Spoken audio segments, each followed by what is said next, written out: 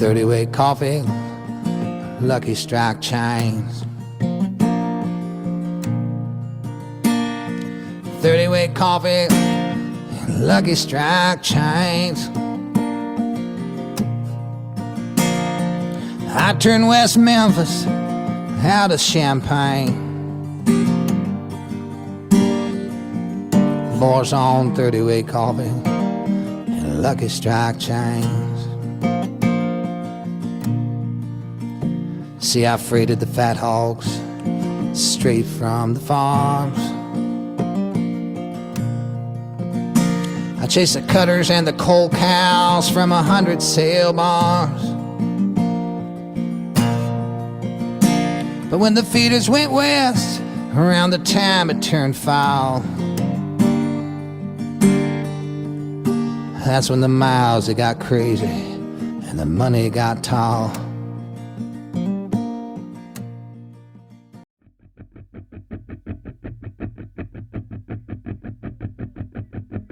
Sometimes when you're driving down the road all by yourself, you begin to hear a voice that tells you need to look around, pay attention, maybe something isn't quite right. That voice is me. It's the voice of Gord.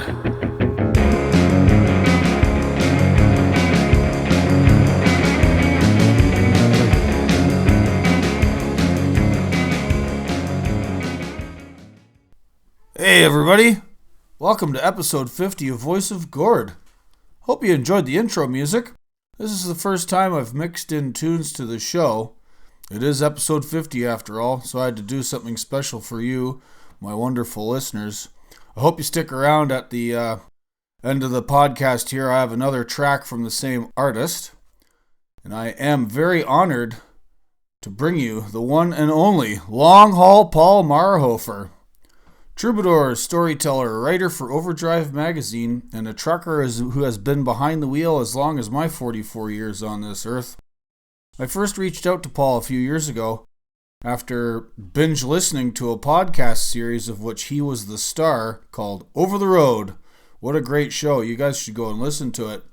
It was a fine piece of storytelling, and if you haven't, I highly recommend you go and download the whole series as soon as you're finished with this discussion. Links to Over the Road will be there for you in the show notes. Paul is very generous with his time, and you will notice this episode goes on for about 2 hours, and I hope you stick with us. Regular listeners will also have noticed that I haven't included an intro for the last 3 episodes. There's various reasons for that, but let me know if you think this is an improvement to the show or not. As always, email me, gordylocks@protonmail.com. Comment from you is welcomed and encouraged, especially if you think I'm wrong about something or perceive an error which requires correction. Please, give me as much stick as you've got. Speaking of feedback, I would really love to hear from any listeners down under. Voice of Gord is syndicated on the Australian On the Road Radio Network. Care of my good mates down there, Yogi, Kendall, and Mike Williams. They have recently acquired Truckin Life Magazine, the voice of the Australian truckie, and I think Australia's oldest trucking publication. Looking forward to getting those two on the show here soon. Been quite a while, but they have been terribly busy, especially with getting Truckin Life. Those dags have certainly been rattling. If you'd like to tune into those boys down under from anywhere in the world, they have their own app available for download at ontheroadradio.com.au, which you will also find in the show notes. While we're here, I want to give a quick shout out to Mr. Craig Fuller and everyone over at Freightwaves. I was recently a guest of theirs at the Future of Freight Festival down in Chattanooga, Tennessee. I had an absolutely awesome time. Craig really throws an excellent conference and knows how to show everyone a good time. You'll be hearing more about this and my adventures with many, many freight nerds here in the near future. So, this episode is dropping on Wednesday, November 22nd, year of our Lord 2023, and tomorrow, here in America, it is Thanksgiving. So I'd like to wish you all a cozy and warm holiday full of gratitude and communion with family and friends, and may the Lord bless your travels over the next few days. Let us not forget to thank all of the truckers out there who make your Thanksgiving dinner possible. Good for you guys. Hope you keep on rolling. Happy trails out there, eh? One last reminder for everyone. If you're new to this show, hit the subscribe button on whatever podcast app you use, or head on over to my Substack, autonomoustruckers.substack.com. And if you subscribe there, every episode will show up directly in your inbox, as well as all of my various writings, of which there are plenty. If you're a regular listener or reader of my work, thanks very much for sticking with me. It's been a real pleasure. I got lots more content coming out here in the near future. All right, well, without any further delay, let's get to Mr. Long Haul Paul Marhoefer.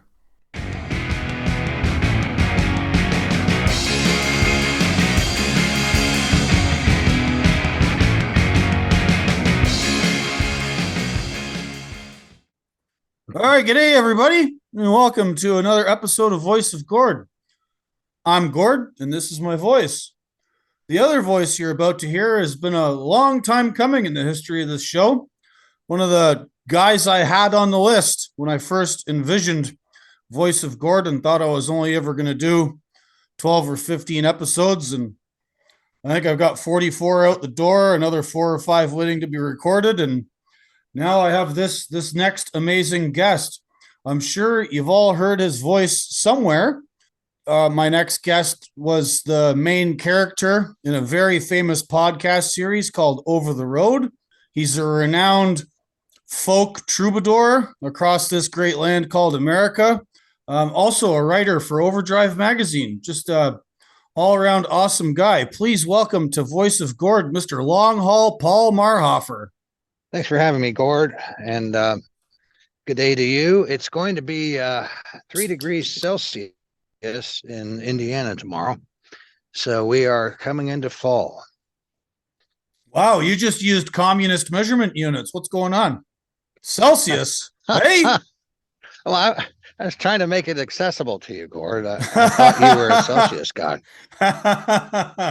Well, if you're a trucker from Canada, you have to be able to do everything in freedom units and communist units coming back and forth across the border.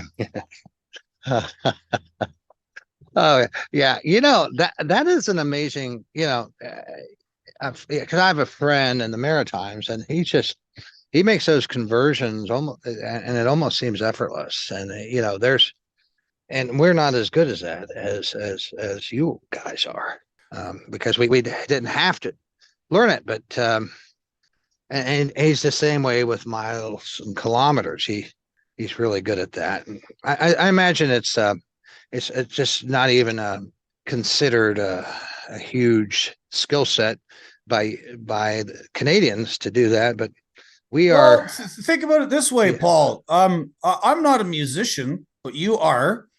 You probably don't even think about chords anymore when you're playing guitar. It just comes to you naturally, right? Because you've been playing guitar for so long. Well, yeah, good point. That is very true. We tried metric here, and after about 6 months, I think they said, "Yeah, I don't.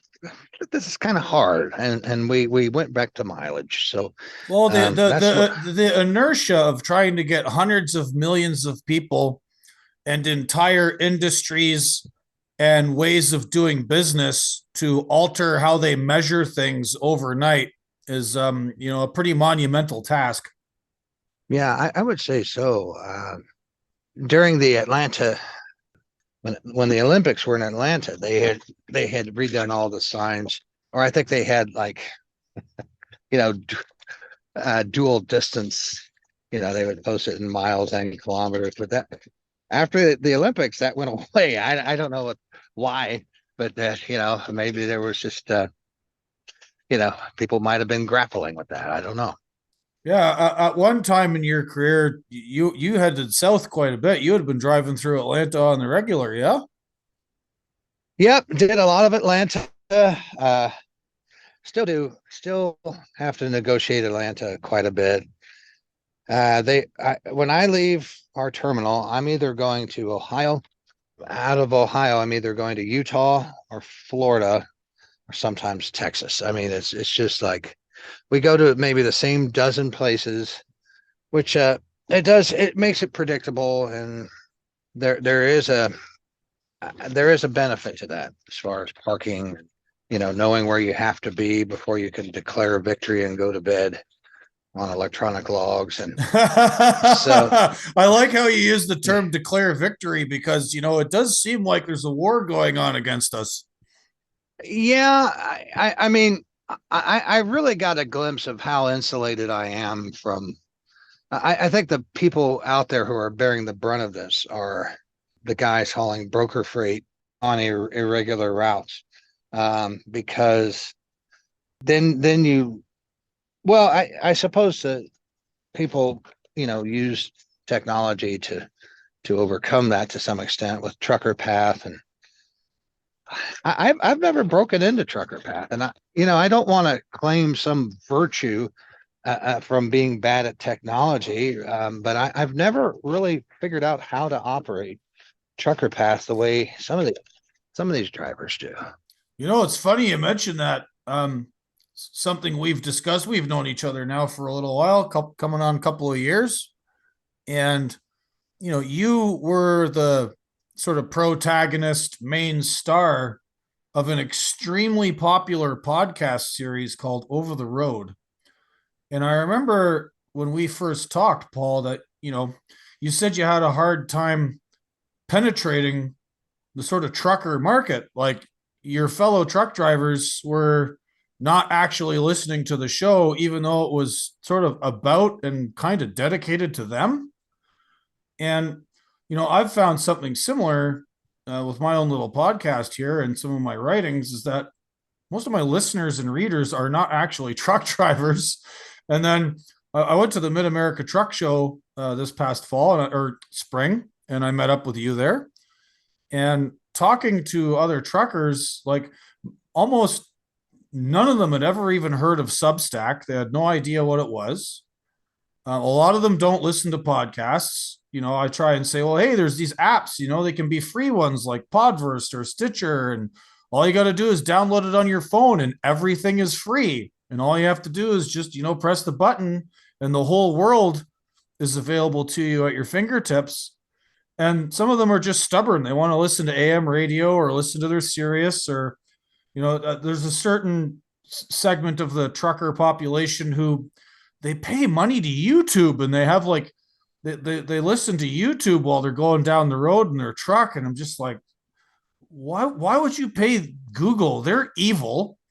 And I mean, I get it. There's lots of stuff on YouTube, but like, most shows you can get the audio only version for free on all of these. There's like a gazillion podcast apps, and these guys have just not got with the program, much like your reticence to use Trucker Path. Well, I've actually tried to use it, and I can't figure out.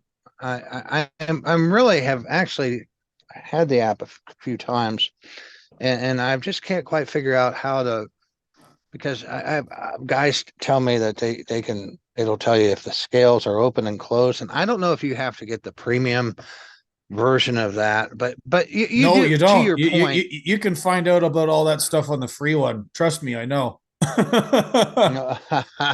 Okay, so I don't know I don't know if I'm doing it wrong or what, but to your point, I do think it's very valuable to have a conversation with people outside of your silo. Let's call this an occupational silo. And if most of your listeners are outside of trucking, and then good on you. And we had over 1 million downloads Over the Road, and very little engagement from even our Overdrive readers.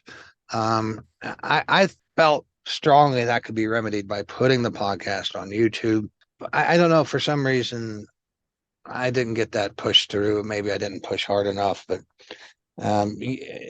truckers know YouTube, and I've been tempted to pay YouTube Music, but I've got free Spotify. I've got free YouTube. The prediction software on those apps is actually frightening. How they can figure out what songs you're going to like that you've never heard of. I mean, if they know that, what else do they know? That sort of thing. But I do listen to, and YouTube is kind of it's a double sword because we're living in this age of disintermediation, and so anybody can have a song on YouTube, and so I make money from YouTube, but but also I take your point that paying them, not that many people have the awareness that you have about the implications of paying Google. Yeah, I do sort of pay attention to, politics and what's going on out there in the world. And, I wouldn't consider myself like tech savvy or anything, but, I was an avid Facebook user for a long time. And I witnessed what happened to that platform and how the government got up in there. And, the Mm-hmm. regime was very upset and blamed Facebook for the election of Donald Trump. And then, they forced the Atlantic Council on them, and then it became full of spooks, and they started throwing off all kinds of groups and people that had nothing to do with Donald Trump. And, so you see that happen, and then you see Google saying, don't be evil, but then they throttle people, and now their search engine is basically unusable. Everybody hates it.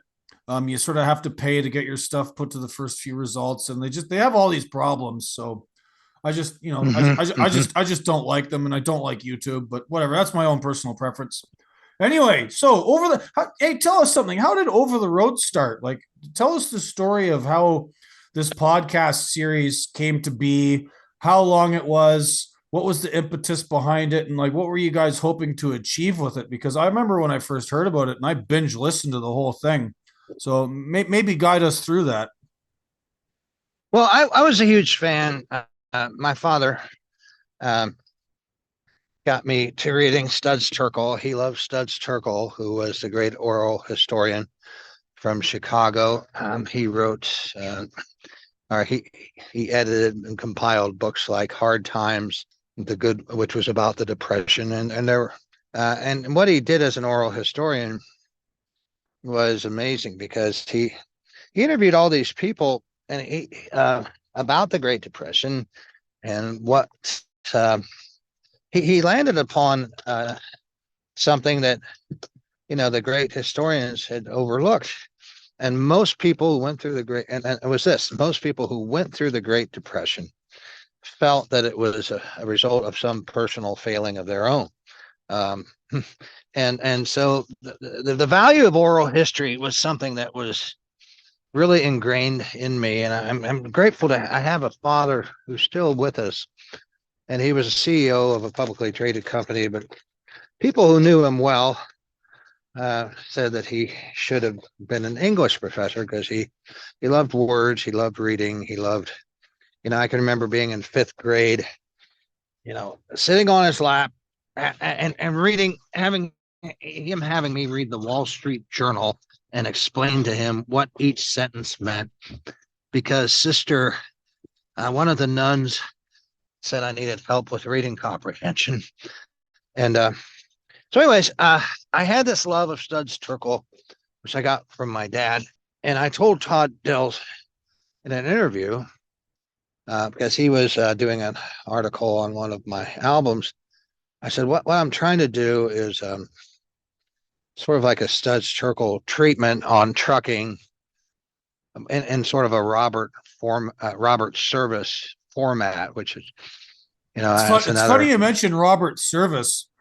So for people listening, Robert Service was a famous Canadian poet and writer. Spent a lot of time up in the Yukon. Wrote The Cremation of Sam McGee, most famously, amongst other works. And as far as Mr. Terkel goes, there's a lady I interviewed on my show here a little while ago. Her name is Donna Laframboise. Mm-hmm. And Donna was a writer for the Toronto Star, which at one time was the biggest newspaper in Canada. She then later went to work for the National Post for a few years, and she's written for all these magazines, Chatelaine, Toronto Life, all these big name publications in Canada. Mm-hmm. And, she has since left mainstream media because she's kind of disgusted with how they operate. And she witnessed the Freedom Convoy. And her latest project is interviewing people all across Canada who took part in the convoy. She's not interviewing the organizers. She's not interviewing the politicians. She's not interviewing media people, just regular folks who went to the convoy. And she's in the middle of getting that book finalized and having it published on the second anniversary of the Freedom Convoy. So this coming winter.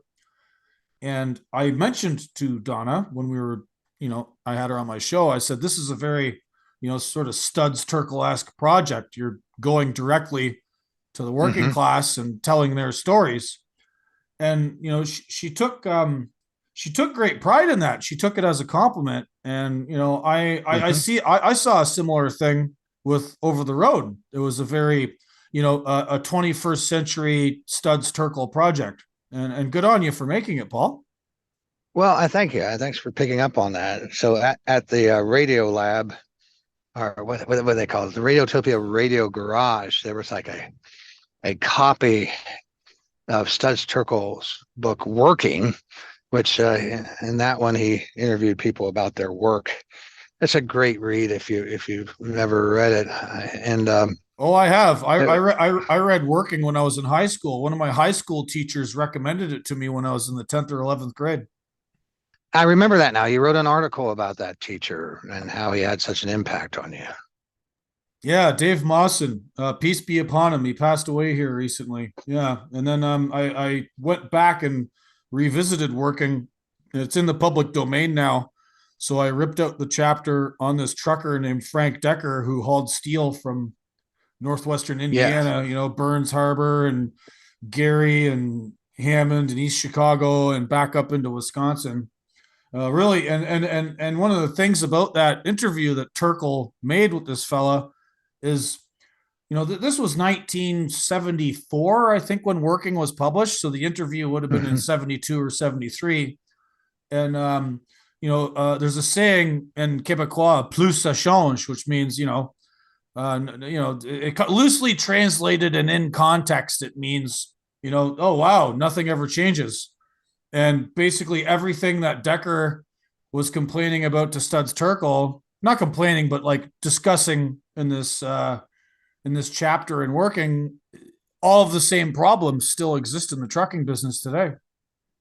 Yeah. I remember now that you've refreshed my memory that article and reading the account, and it seemed like he was in like a steel haulers guild or union that was at odds with the Teamsters, maybe.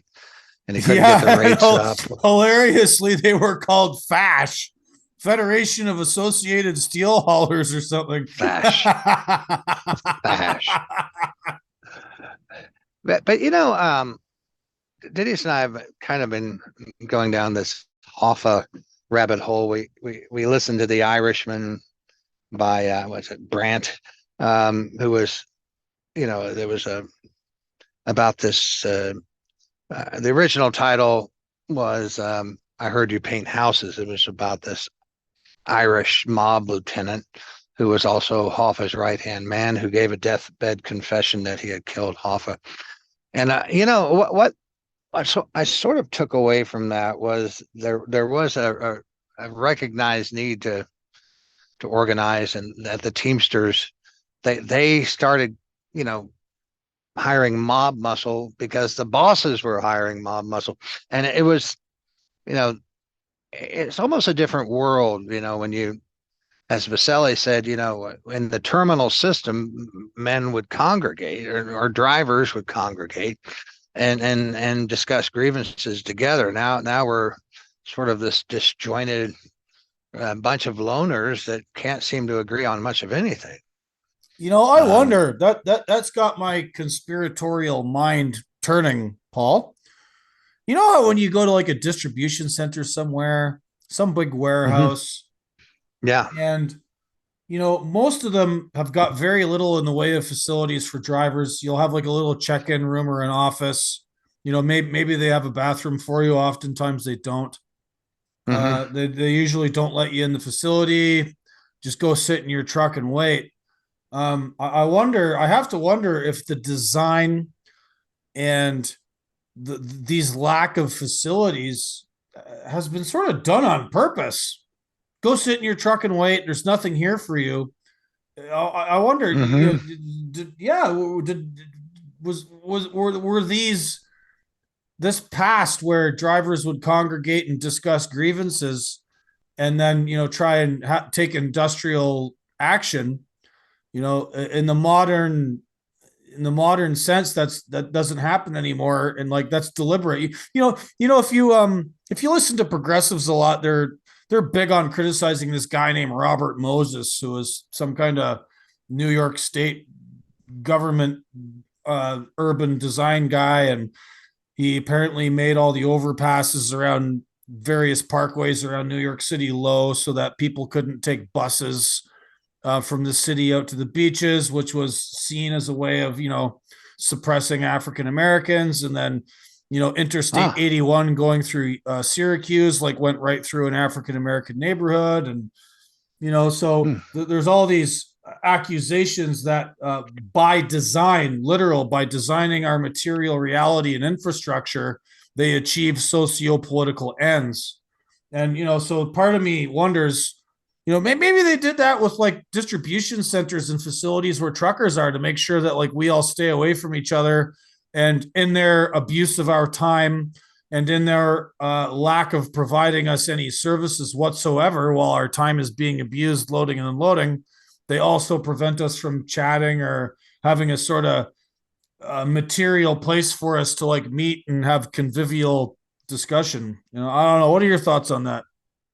Well, all of that is very interesting, and I have enjoyed our conversations a great deal, because we ramble around and then we land on something. But so I'm currently listening to this wonderful podcast by my former colleague at Radiotopia, Ian Koss and Lacey Roberts. They about everything they've done since Over the Road together. It's like listening to the Beatles' White Album. It's just so good. But this one is called The Big Dig, and it addresses some of the things that you're talking about. So The Big Dig, for some of your listeners who may be younger, was considered by, I guess, the right as one of the biggest boondoggle in the history of American infrastructure. But its proponents. What exactly was the Big Dig again? Wasn't that like some kind of interstate tunnel system in the city of Boston?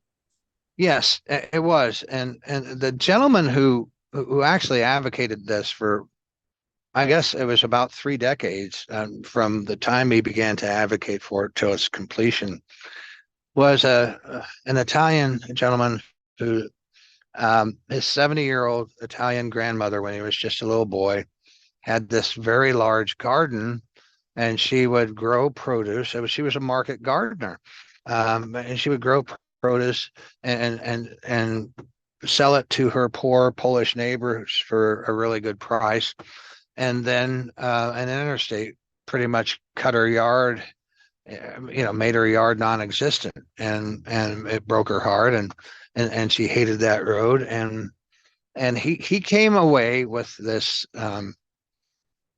promise to himself that if he ever had a chance, he would see to it that these interstates would never, because interstates seem to have gone through the backyards in the neighborhood of people who couldn't push back. So I wish I could reference the name of that gentleman. I could probably find it at some point. But and that was the origin of two things. Number one, there was an anti-highway movement that evolved in Boston from that. And I guess the counter movement of that was the Big Dig, which they realized they needed a tunnel to the airport, and they wanted to extend the interstate. It was like the final leg of the interstate system. There was in 1986, they were supposed to have it all done, or at least all the planning done. And it's a really interesting Ian Koss, The Big Dig. I'm just riveted to this podcast because it goes into all these things that you're talking about, and that was the genius of Ian Koss. Like the dance between the microcosm and the macro. So he would, you've got this Italian grandmother who can no longer grow tomatoes for our neighbors and no longer keep this large, beautiful garden. And this becomes the impetus of this whole man's professional life. And so I do think that, yeah, you're right about that. I think infrastructure and environmental impacts do seem to have the brunt of it seems to be borne by the people who don't know how to push back. Right. And to bring that back to truckers and the environment, it's funny you mentioned that. We will eventually get back to Over the Road and Todd Dills and Overdrive. This has been quite a diversion, and diversions are fun. The imposition of various technologies on trucks and truckers by the government has been like a big bugaboo of mine, and led me to starting my podcast and writing and doing all the things that I do, because we have this movement that now worships the sky and thinks that climate change is doom, despite all of the other various problems we face in life, and without any consideration for the doom scenarios and how they play out. The government has responded to that by these emission control systems on trucks, right? And trucking is already a pretty marginally low profit business, and there's only so much of a pot of money to be made by moving stuff around. And drivers' wages as a percentage of what the available money is and cost of running a trucking business and what margins of profit there are very much tied to that. And so when the government comes in and says, right, everybody has to have these DEF SCR systems on the engines to reduce the emissions, to appease the sky gods, that cost is borne by us, and we have no way to fight back, right? Like the government just comes in and says, right, the tech bros say they have something that they can attach to your engine and it's going to clean the exhaust. Okay, cool. Maybe it does. The problem is it costs a lot of money. It costs a lot of money in downtime. The original iterations of these systems broke down constantly, which I'm sure you know. Sensors, wiring harnesses, regens that force you to park on the side of the interstate, filters that get clogged and set the things on fire and then set the truck on fire. And people have been killed by truck fires while they're sleeping because the SCR system just catches on fire while you're in the bunk. And none of that is being like discussed or collated outside of the trucking business, right? And my point, which follows yours and this other gentleman in his podcast, is that this is forced on people that can't fight back. And there are other ways to mitigate the exhaust emissions of trucks or make the system more efficient. There's all manner of stuff that could have been done, but that would have made the government do things differently. That would have made our customers, distribution centers, trucking companies, the system function differently. That might have made people have to or made these systems and other institutions have to adjust things, and they're just not having it. They're just not doing it. So it's easier to dictate to us, right? So now we have all these motors that are way more expensive. The trucks are more expensive, and that takes money away from our available wages and causes all these downtime issues and maintenance issues, right? So as you say, there's the dance between the micro and the macro.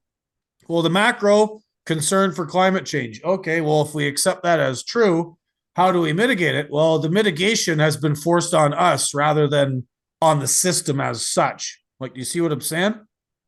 Yeah, that's to your point. I was sickened by a DEF unit that had failed, and a great big plume of urea came out, and it was now in I guess in all fairness to the unit itself, what it had derated trying to get off the road.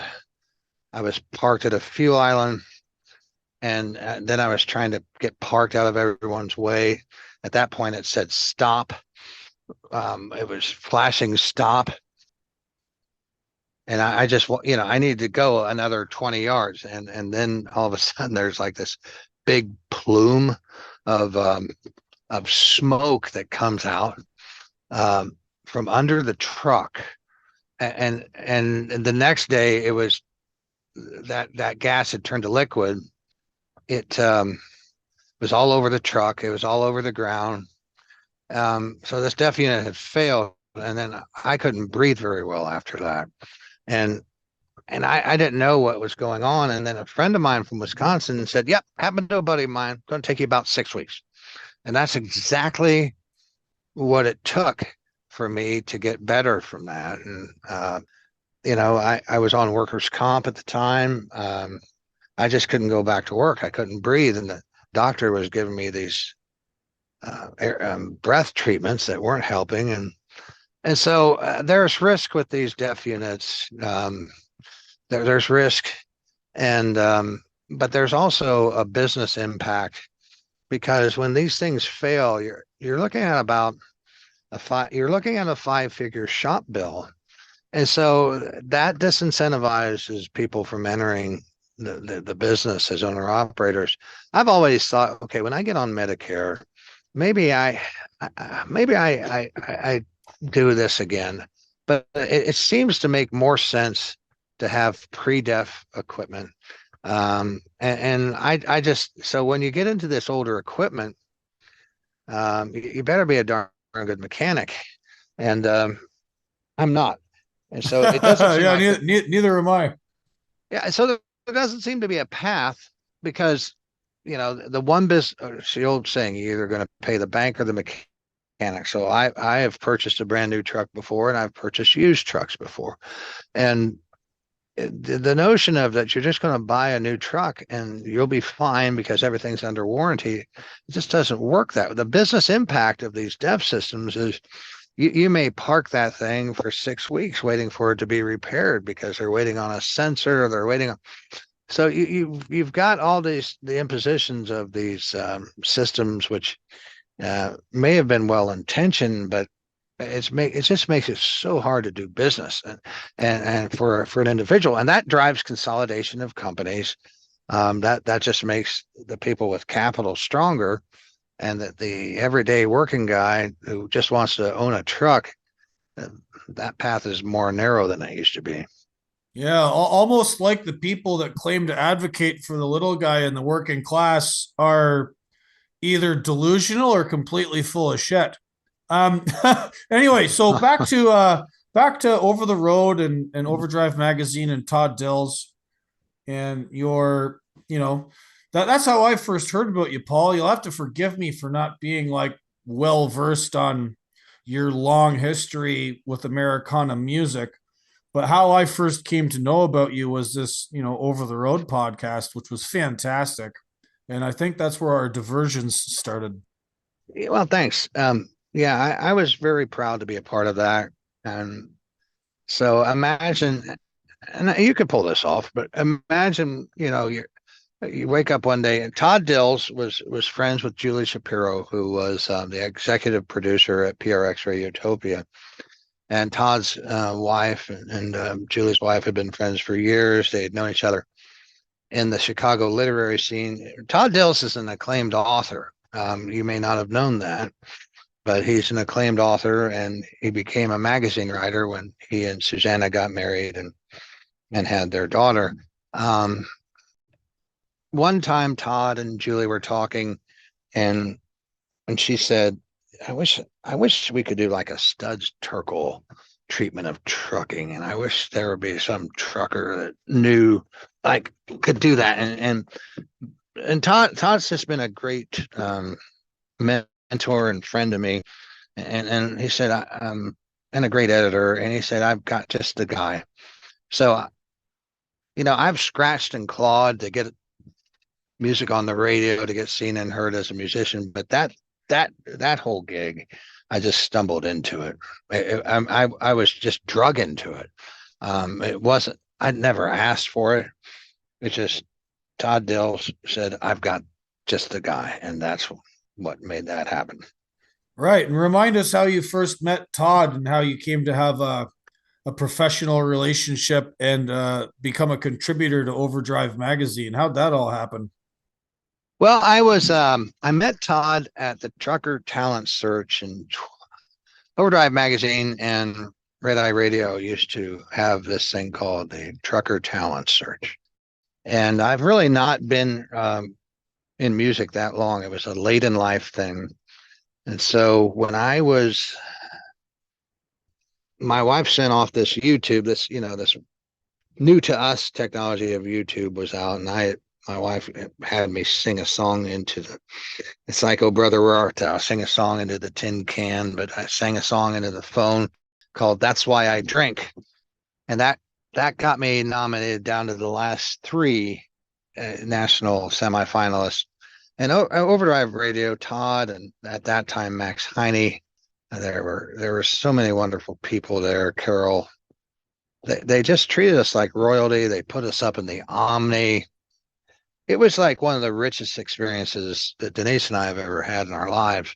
And I got to meet Todd and those editors at Overdrive, and by then I had one album out, and I gave them all an album, and they really liked it. And I just really had a great deal of personal affection for them and the way I was kind of intimidated by talking to them at first because they were journalists.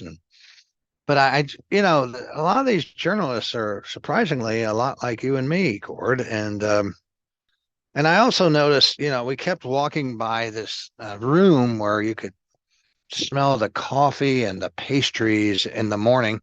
And that was the press room. And I walked in there, and the lady said, sir, you have to have a press pass to get in here. So I figured out that's the room I want to get into. And so my first paid gig for Overdrive Radio was Overdrive Online. The publication was a dear friend of mine, Mary Gaucher, who's a Grammy-nominated Americana singer, had agreed to do an article about her album songwriting, her album Rifles and Rosary Beads, with a writer. And I had set that up because I knew this writer. And it wasn't Todd, but it was somebody else who was a contributor. And she had defected to Landline, this contributor, and I was embarrassed. And I said, hey, Todd, do you mind if I just do the article? Because I had submitted a couple pieces before that. And he said, yeah, that's fine.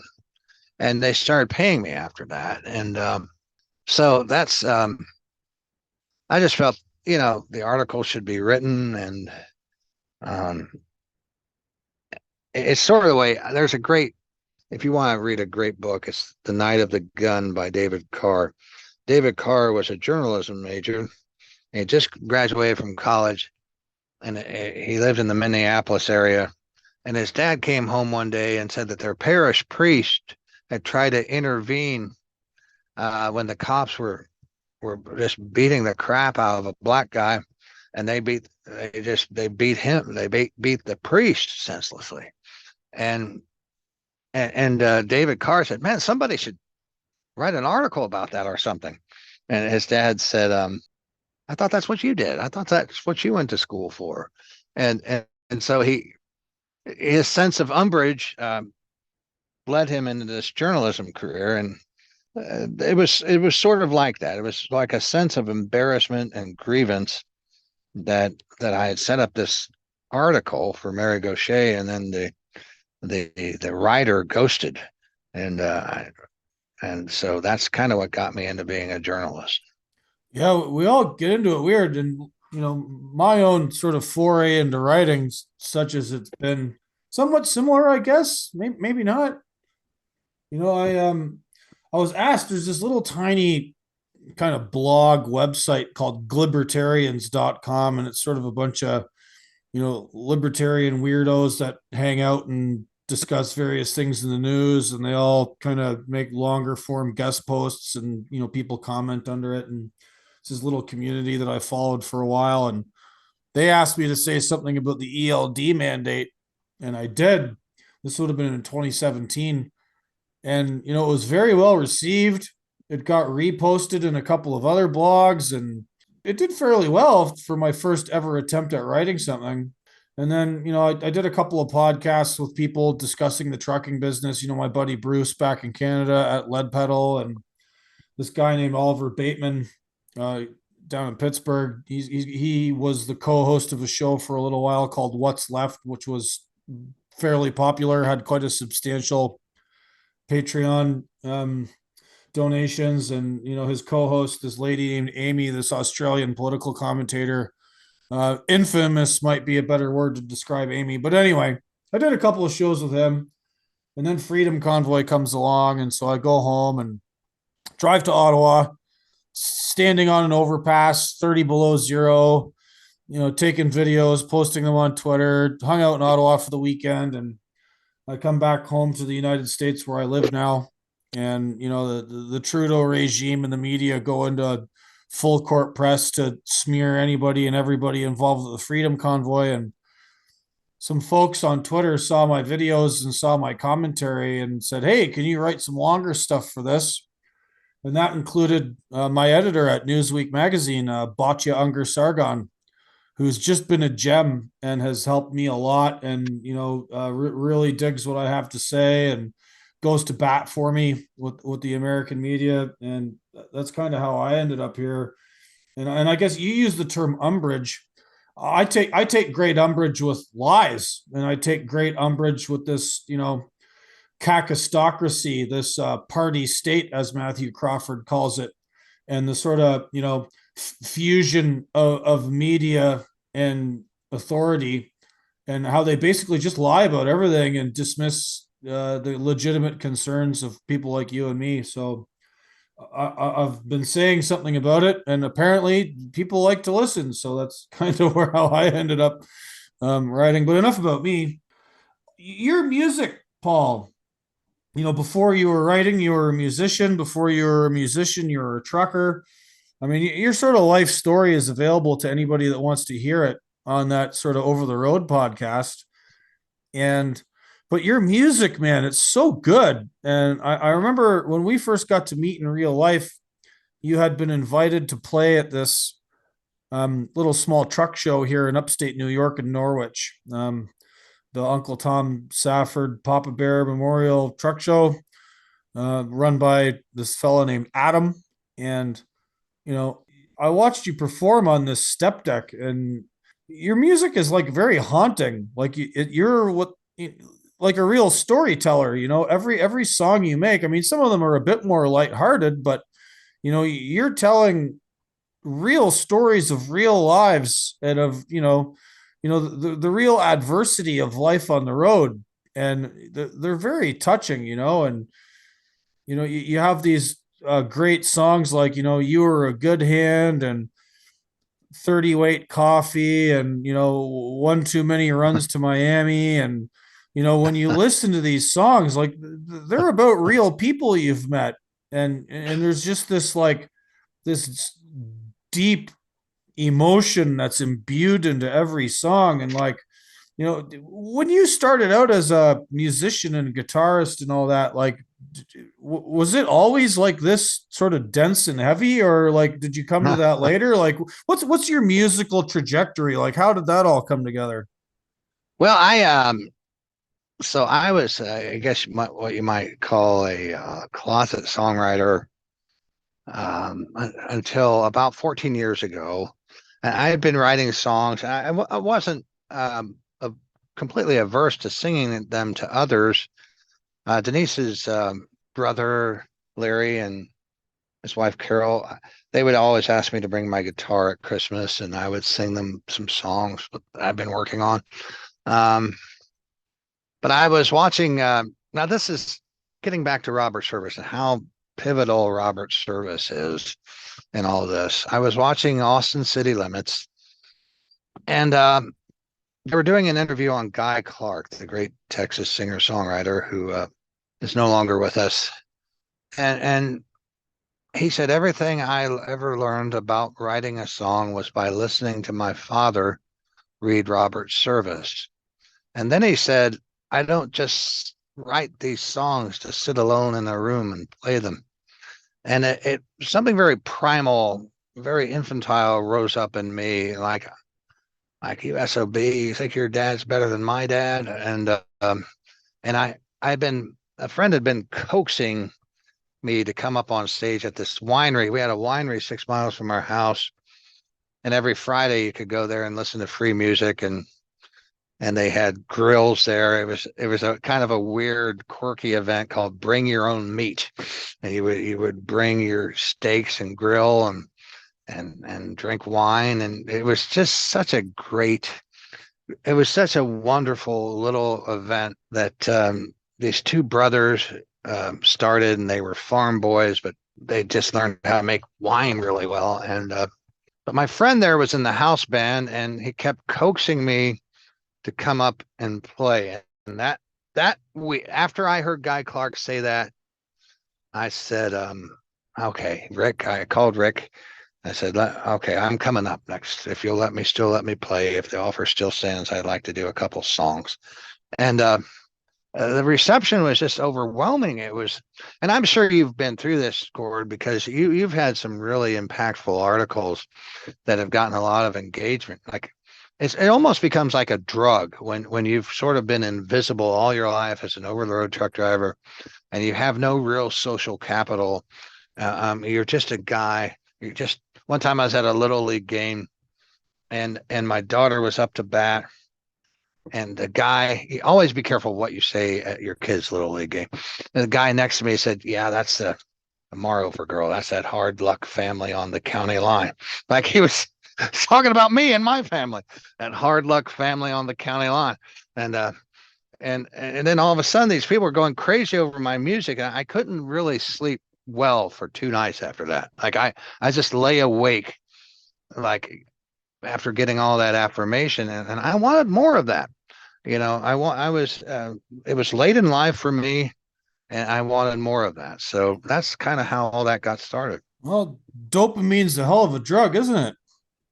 Yeah, it was pure dopamine, and it was, and it was like new dopamine, like this new pocket of dopamine that you could get by performing. And I want to go on a little I, tangent here, Paul, if I might. sure, You keep referencing Robert Service. This is the second or third time now, at least in this conversation. You've mentioned him quite a bit before. yeah, Famous Canadian poet, writer, kind of him and Jack London were the sort of two main guys that, really popularized the Klondike Gold Rush, 1897, 98, up in the Yukon. yeah, Jack London, everybody knows him. They've made movies, White Fang, sure, and yeah, Robert Service was sort of like a little bit lesser known. Jack London was an American, and he, at the time he could write at places, and he sort of a little bit more lodged in the firmament just because of his citizenship and where he wrote. Robert Service maybe a little less so, but Robert Service and Jack London's writings on the lives of all these miners out in the middle of nowhere, and just trying to survive in this hard work and being kind of ignored by everyone. I mean, people sort of knew about the gold rush, but when you're in the Yukon in the wintertime and all the rivers freeze and you're completely cut off, and you got to remember, this is the 1890s. There was no like wireless service up there yet. And when I say wire, I mean like there was no telegraph, none of yeah, that stuff was yeah, up there. The only contact with the outside world would come in like June when the rivers finally were free of ice and they could get paddle boats up the Yukon River from Alaska. And God knows how long it took to get from, the mouth of the of the sea, in Western Alaska, and then up into the Yukon. And people are fighting scurvy and minus 40 temperature for months on end. And and Service in London kind of captured that sort of hard scrabble existence.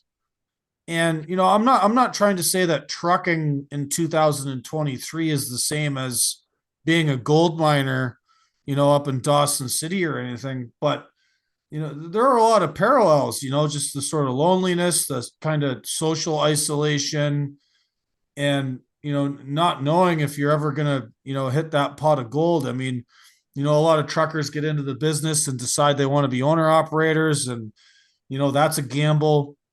In as much as traveling to the Yukon to go mine for gold is also a gamble. and there's no guarantee of an outcome. There's no guarantee of success.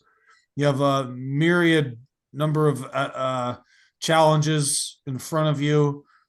And, I wonder, I don't mean to embarrass you or anything or make you blush, but, maybe your music about all of these guys and their troubles on the road and their lives is sort of a modern day version of Robert Service. Well, that's a very perceptive observation because that was actually what I intended it to be. Because as my father read Robert Service to me, he would say Robert Service celebrates the common man. And so he celebrated the common man, and he would broach these subjects that seemed to be taboo in polite society. And that all kind of came together for me. I was a broke. One thing you never want to say to a Florida flower broker, Gord, is if you ever get a load to Alaska, keep me in mind. I've always wanted to go there because you've just saved $2,000 off the rate when you say that. But he had a guy that they would not let into Canada because he had had a DUI and he needed me to fly to Seattle and take this load of flowers to Alaska in late January. This was there's flowers and tropical plants. They were actually live plants as opposed to cut flowers. And so I got up there, and this poor guy was fit to be tied. They wouldn't let him in. He was like, I mean, he was an all right guy. I'm not putting him down. I'm not mocking him, but he had this ancient Thermo King. Like this thing was like, remember those little square boxes that they used to have, like when Thermo King just first started? And goes, now don't worry about that unit. I just rebuilt it. And like then It's a wonder anything ever stayed fresh with them tiny little things, eh? I know. And so then I cross into Surrey. Canada rejected his truck. And so they rejected him, and they rejected his truck because the wheelbase was too long. Now we're scrambling, trying to find a Ryder truck to rent to get these plants up there before there's a massive claim. And then I start off, and I'm going up the Alcan, and I get to the Yukon Territory, and it was just like, it was almost like my whole life just came into perspective because they've got these little icicles that, not icicles, they're like little pieces of ice that blow in the wind, and they form prisms, and they look like rainbows. And they're called sundogs. Sundogs. Okay, I didn't know they had a name. And I saw that in Deception, what they call Destruction Pass, and that's where they built the Alcan. You probably know this, but the Alcan was built because FDR was afraid that the Japanese were going to take the Aleutian Islands and own the sea passages up to Alaska. And so they built that road pretty quickly. And some of the Quonset huts that serve the military are now little truck stops. And it was just an amazing trip. But I got to the Yukon Territory, and I got to a place called the Trails North Truck Stop in Whitehorse. And there was this old hippie at the fuel desk. And he goes, Robert Service once said, the trail has its own stern code. You're not going to get that. You're not going to get that at the Knoxville Pilot. You're not going to get a guy quoting Robert Service at the Knoxville Pilot. And the Trails North Truck Stop. I got a story. I got a story for you, Paul. Sorry to interrupt again. Another little no, tangent. go right ahead. You'll love this. I don't think I've told you this story yet. I've told it to a few other people. So as you know, I drove logging trucks in New Zealand for a while, a long time ago. Got myself a 1-year work visa, went down there, and then I went back. I've gone back twice since to visit some really good friends of mine down there who are most likely going to listen to this episode. G'day Gavin, g'day Nigel, how you going? But my wife and I are in New Zealand in 2015. I had just wrapped up working in Australia, and I took my wife to New Zealand, and we spent like 6 weeks there just traveling around and having a look around, being tourists. And we were in this little tiny town in the South Island, I can't remember if it was Tiana or Wanaka. We were getting ready to go on this hike. There's all these the Kiwis really love hiking, right? Like if anybody's watched the Lord of the Rings movies and seen all the scenery, like New Zealand is beautiful. Its reputation is well deserved. It's just a gorgeous country. And so we were going to do one of these like, long hiking trails. And New Zealand has these hiking trails everywhere with like little huts you can sleep at along the way. Oh, wow. They do a really, really good job of servicing outdoors people. It's one of their best things about the place. So anyway, Wow. we're at this little grocery store in a little town, and we're like stocking up on food to take with us on this hike. And my wife and I are standing there talking about like what we're gonna buy, and this like really old man dressed up in a suit like walks up to me and he goes, "Oh, g'day, mate. Um, you wouldn't happen to be from Canada, would you?" I said, well, yeah, as a matter of fact, I am, this is my wife. She's American, we're buying some groceries. And he says, have you ever heard of Robert Service? I said, oh, Oh, yeah, yeah. wow. I said, oh, yeah, yeah, yeah. He's the poet, he wrote, the Ballad of Sam McGee, the cremation of Sam McGee.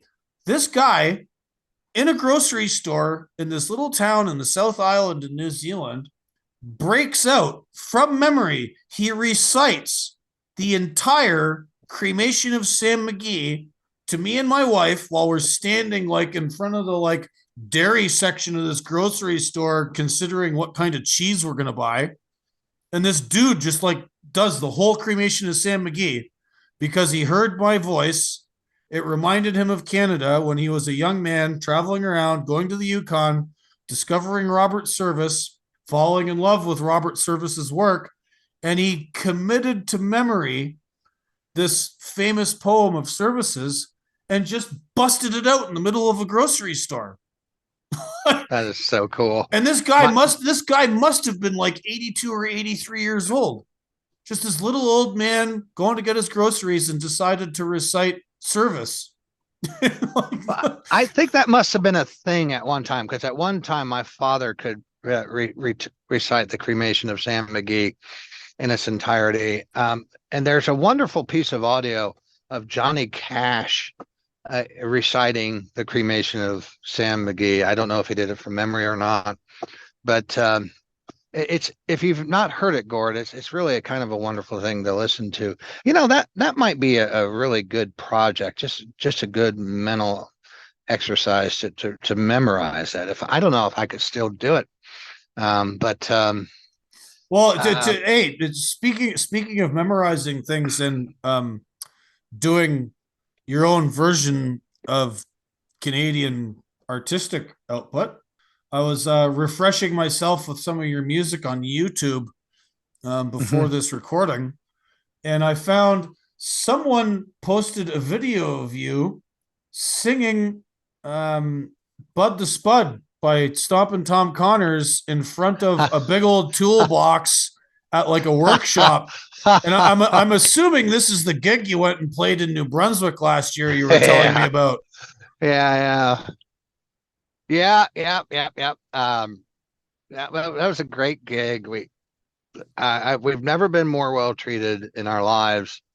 They made us feel like royalty.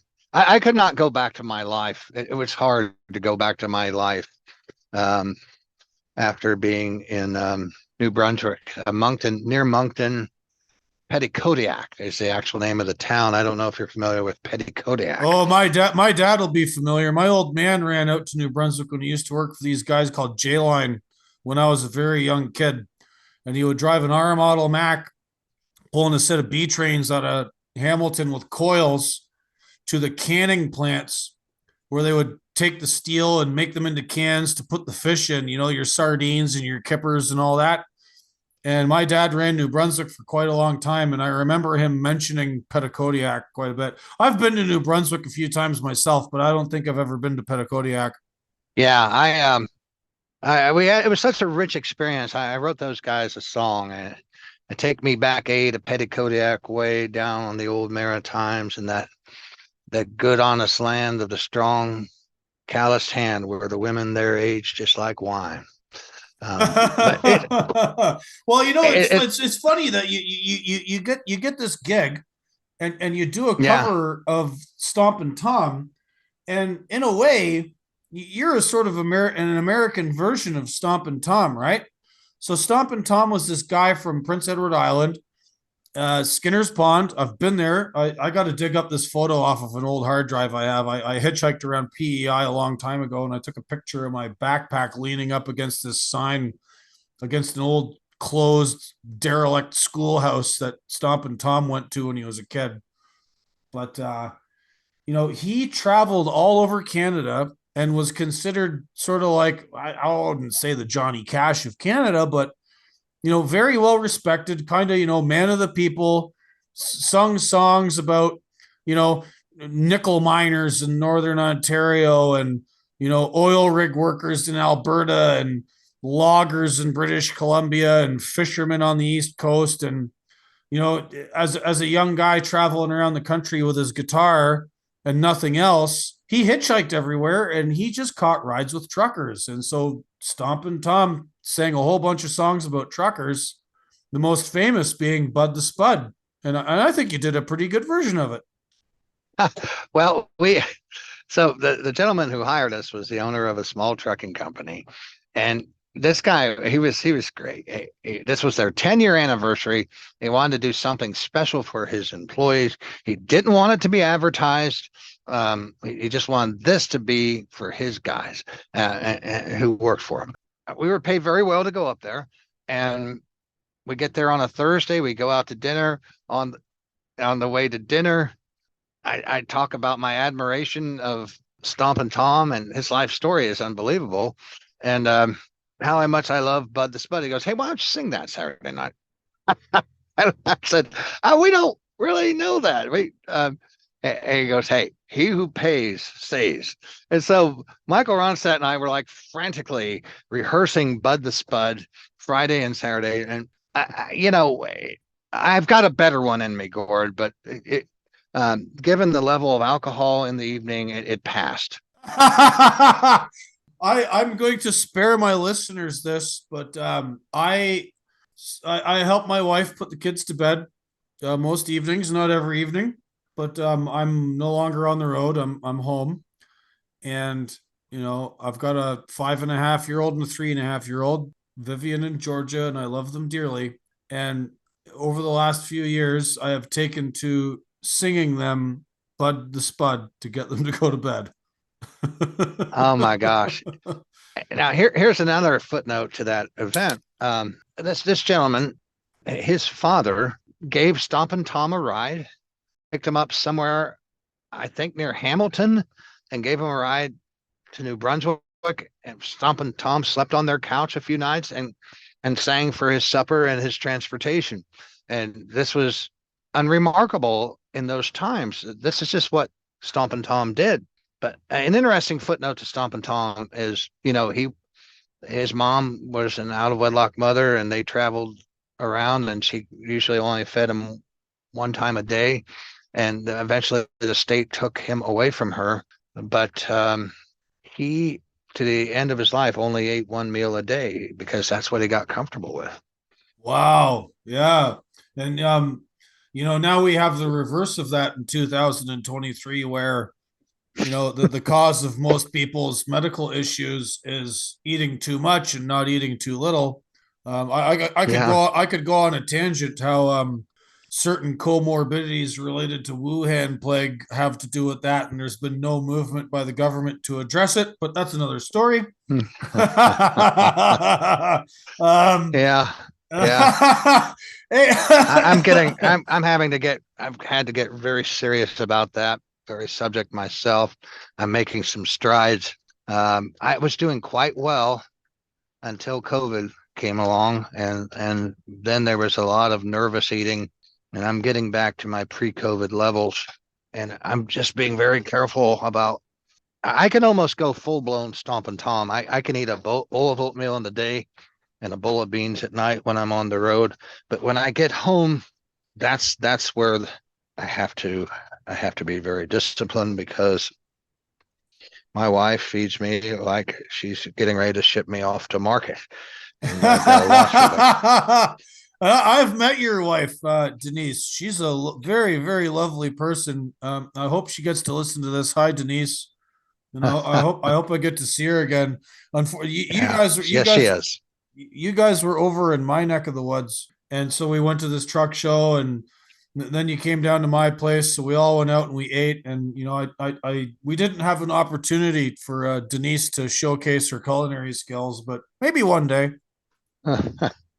Yeah, well, that was a lovely afternoon. Thanks for hosting us on that. And I did. I hope I'm not. I hope I'm not beating a dead horse here, but I purchased while in the Yukon. Robert Service is still a rock star, and everyone tries to sell you a book by him. And I bought the best of Robert Service, and there was a poem in there that just really hit me hard. It was called Hobo, and I made it into a song. And then I wound up writing the publisher for permission to record the song. And I got this call like 2 months later from this 86-year-old attorney from Boston by the name of Krozolowski. And he was like the dean of music law. He had written books about the music business, and he was the representative of the Robert Service estate, and which still has a great niece living in France. And he gave me permission to print 200 copies. And he said, this has been done before without great success. And that's the first song I ever recorded solo, was based on this poem called Hobo.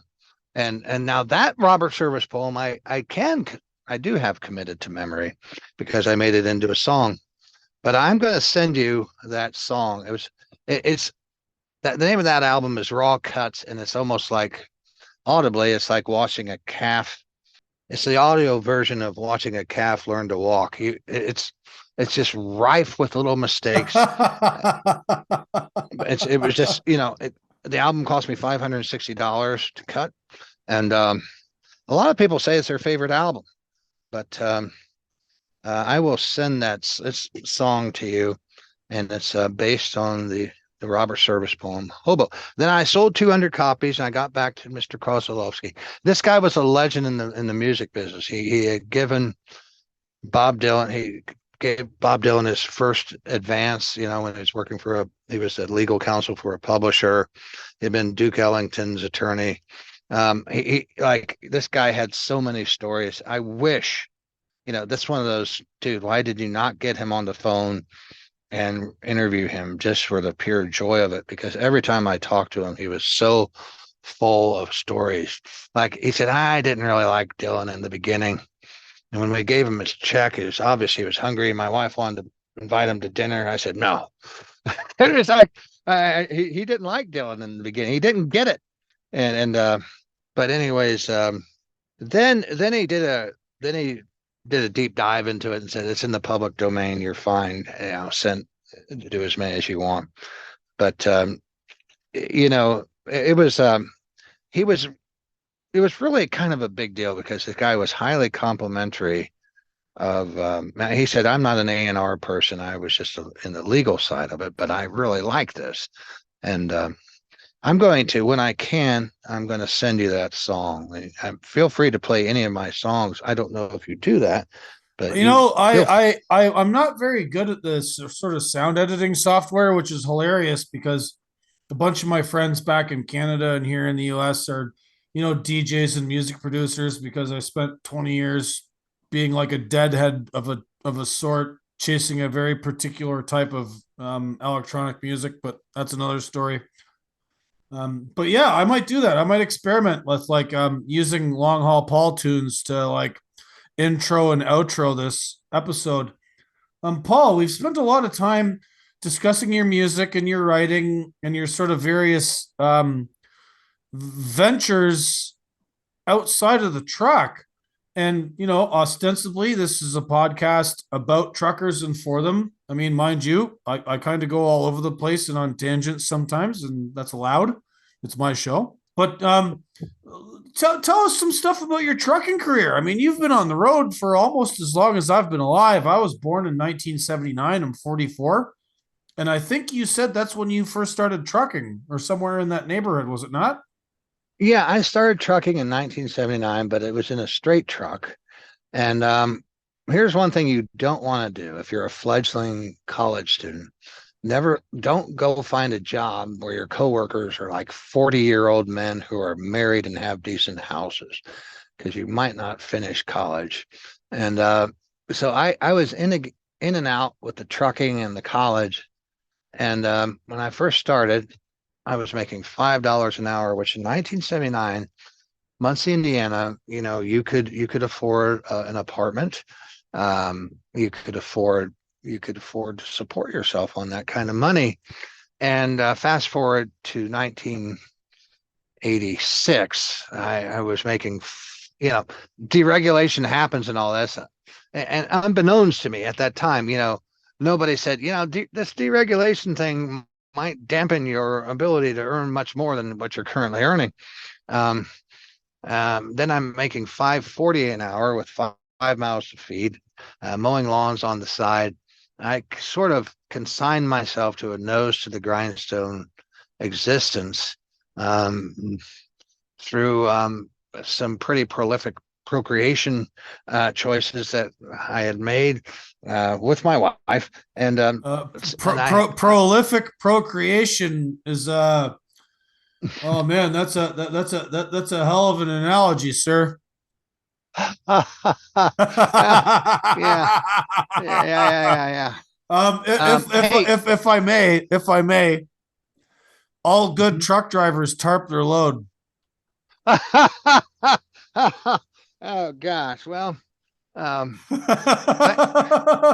thank you for that. I've got four reasons to be grateful that I'm just a reefer hauler. I've got four wonderful reasons to be grateful. I've never flatbedded. So Fantastic, good for you. but anyways, so I wound up going to truck driving school. I tried to bluff my way through a road test, and the guys where I was working gave me stellar reviews. And I had driven trucks for my dad in first, but there's a big difference between shifting a 359 Pete and shifting a Mack straight truck, and I couldn't bluff my way through it. And I left that trucking company in disgrace, but I did write a song about it, which I probably will release one day. So I had to go to truck driving school, and in 1987 I started with semis. So I don't know. Now some people would discount saying, well, I've been trucking since 1979, since that was a straight truck. But I mean, I was out there on the roads every day. I got to claim some of that time. Right. So you did straight trucks. When did you start doing OTR stuff, and how did that look? And maybe give us a little description of your OTR career, which is also fairly lengthy and substantial.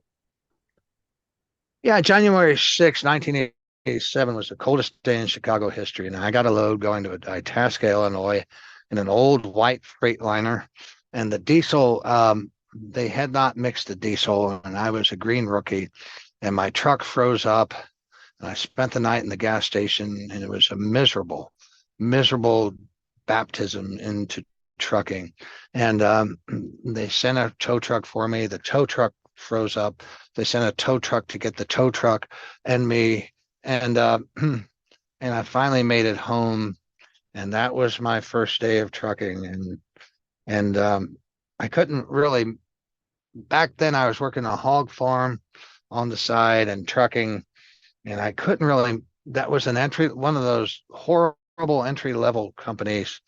I didn't know the intricacies of civil disobedience through discrepant clerical entry on the logbooks, and so I wasn't making any real money, and I left that job, and I wound up with Builders Transport, which was a great southern company out of Lugoff, South Carolina, a great southern company in decline because of, in the wake of deregulation and competition from bigger carriers. But I absolutely loved working for Builders transport for a while, and I really kind of cut my teeth there. And they made me go back and with a trainer. I had this trainer named Flat Top, and he believed it was his solemn obligation to hit on every woman he saw at every truck stop, because he told me, how would you feel as a woman if even a truck driver wouldn't hit on you? And like, he was that guy. I'm sure you've met that guy. That's some, actually, it's fairly impeccable logic, you know. And I have to wonder now, you know, since the imposition of ELDs and the sort of demographic changes and the economic changes foisted on the trucking business, I wonder what's gone on with the sort of social milieu of the truck stop, right? And you know, you touched on this in your podcast and Over the Road, right? Because like for a few episodes, you sort of profiled, you know, the women that worked at all these truck stops in Kentucky and this sort of competition for the best nanner pudding, you know. And you know, there's a thing, you know, even in the like early 2000s when I first went OTR, you know, I met a truck stop waitress at a place in Virginia, and she was originally from North Carolina, and we started texting, and she wanted me to come down and visit her. And then I met this other chick at a place in West Virginia, and you know, there's this sort of thing between the girls at truck stops and truck drivers, and it's been around forever. And I have to wonder if that's still a thing today. I don't know that it is, Gord. I think trucking, and I really, okay. You and I are so much on the same wavelength. I mean, you remind me a lot of myself at your age, before I became old and cantankerous and arthritic. I might not be arthritic, and I might not technically be old, but the cantankerous is definitely a thing. I've always, here's an interview I've not gotten, but I want to get. I want to talk to one of those madams in one of those Nevada brothels and just ask her how truckers are now, just as men. Like, have you seen a shift? Man, Because I think I can make that happen. So I've never been to one of those brothels. I've never availed myself of those services ever anywhere. I'm assuming you haven't either. no, I Um, really haven't. I a previous guest of my show is this sort of like interesting guy that kind of made himself semi-famous by posting these selfies with him and all the custom-made hats he gets. This fellow named Kevin Kenneth Kanke. And not to give too much away, but occasionally, actually, just about every day, Kevin sends me text messages because whatever. I guess I'm his new best friend. He's just this interesting older guy, and he's never been married. And a couple of times he's sent me these vague text messages that have the link to some cat house in Nevada or a massage parlor in California somewhere. And I have to kind of roll my eyes and, well, you know, hey, you know, maybe I should investigate that further and find one of these women and ask them the question, you know? Well, I look, I don't, you know, I'm just, what am I trying to say? I'm shooting from the hip here. Okay. But I'm gonna swing for the fences here and say it appears to me that testosterone levels in today's truckers seem to be lower than they were when I first started out. That you've got a softer, uh, more obese, I don't know. Maybe I'm. No, you're not doing anything wrong. So in my travels on the internet, I bump into various weirdo dissidents and, Mhm. you know, experts on health and fitness and nutrition. And there's this whole meme, this whole discourse online about seed oils and PUFAs and plastics. And people like to make fun of Alex Jones in one of his rants about, they're making the frogs turn gay, which is actually, there's a kernel of truth to that because of the stuff that goes in the water and actually change. Atrazine. Yeah. Actually changes the sort of, the genes of frogs and affects like their reproductive capabilities. And there's all this discourse about food and health and fitness, and the fact that, like, yeah, a lot of people are obese now, and men have low testosterone, and birth rates across the West are really low, and everybody's addicted to screens and nobody interacts in person anymore. And one of the sites of human interaction in the past and in you and I's career was the truck stop, right? Oh yeah. That was your most significant social contact of the day. Now, Gord, I'm going to have to fire up my motor and leave this place. I can't. They're done with me. Can you deal with some motor noise or? Yeah, you go right ahead, man. I don't care. That's this color for the show. You do what you gotta do. Okay.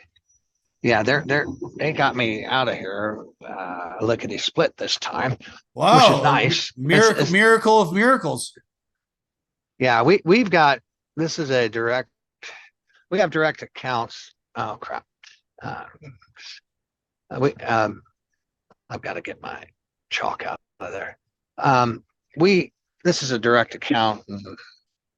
I'm insulated from a lot of the worst of trucking just because I finally was able to get with a decent company, and after 2 hours we go on the clock. It's probably an anomaly. This is probably an anomaly relative to the experience of others. It took me a long time to get this job, but yeah, I hope you do that interview. I haven't. Well, I mean, even if it's not with like a cat house, but like, so much has been made about the looming imposition of automated vehicle technology, and I've spoke about that quite a bit on my podcast. I've brought other people who have investigated it much more deeply than I, in an effort to share what they've found with my audience, and get people talking about the sort of deeper issues around automation that aren't being discussed in the media or by the people pushing this stuff. And God bless him, even though I think he's wrong about a few things. But Andrew Yang, when his last presidential run, he interviewed a whole bunch of truckers and people in logistics, and he said, like when they automate the long haul truckers away, there go all the truck stop jobs, the waitresses that work at truck stops, the cashiers, the fuel attendants, all these people in these little towns all across America, they're gone. What do we do about that?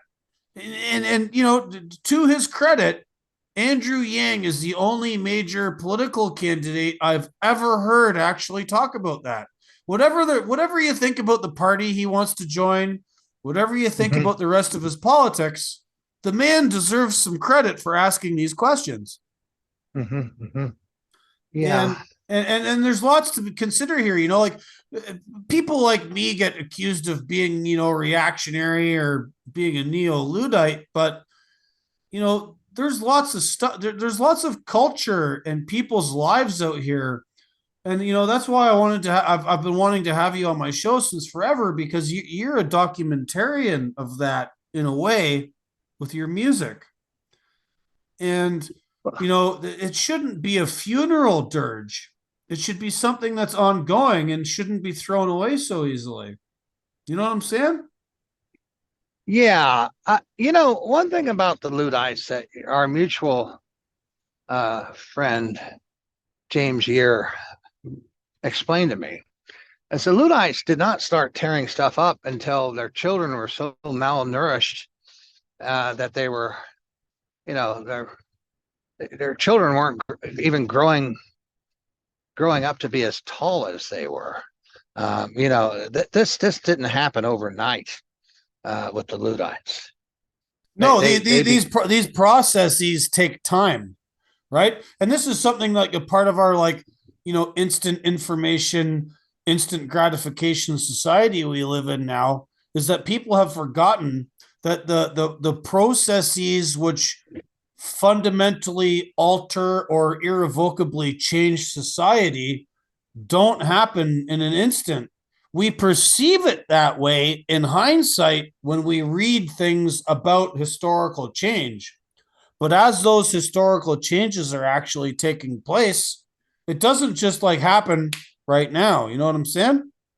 But yeah, yeah. And to your point, let's look at the technocratic takeover of trucking on the broker side.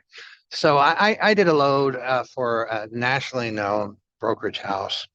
As I said before, I'm insulated from the impact of these brokers most of the time. But they had a deal where, yeah, you called to make your update, you couldn't get through. Then finally, they would call you and say, "Yeah, I'm at the shipper. I got here a half hour before my appointment. I'm loading now." And then you get a text, download this app, this tracking app, okay? And I don't know who it's from. It's not even connected with the name of the brokerage house. I get texts all the time. So, and I've got app overload. If I may have to get rid of apps to put yet another app on my phone. And so, but I'm thinking that's probably them. And they want to track me, okay, in real time. I really don't have a huge problem with that. If someone had specifically asked me, I would have been okay with it. These sons of bucks, they call me at 3 a.m. wanting an update. I mean, 3 a.m. That's how draconian this has become. So if you don't get with the program, with the tracking app, they have free range to call. The first night they called me at 11 and 7. Second night they called me at 3 a.m. after I blocked them.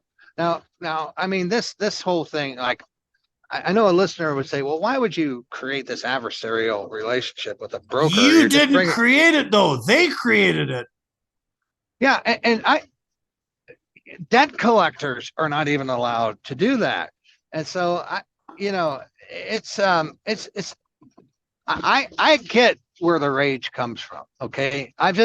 In my own professional career, I work for people who have insulated their drivers from most of these negative impacts. But every now and then you need to use a broker. Matthew B. Crawford, who's a guy I've interviewed. I'm a big fan of his writing. I'm sure you've listened to Why We Drive by now, if not more of his work. In one of his recent pieces on Substack, and his Substack is fantastic. It's called Arcadelia, which is his sort of new phrase or term, rule revealing or ruler revealing.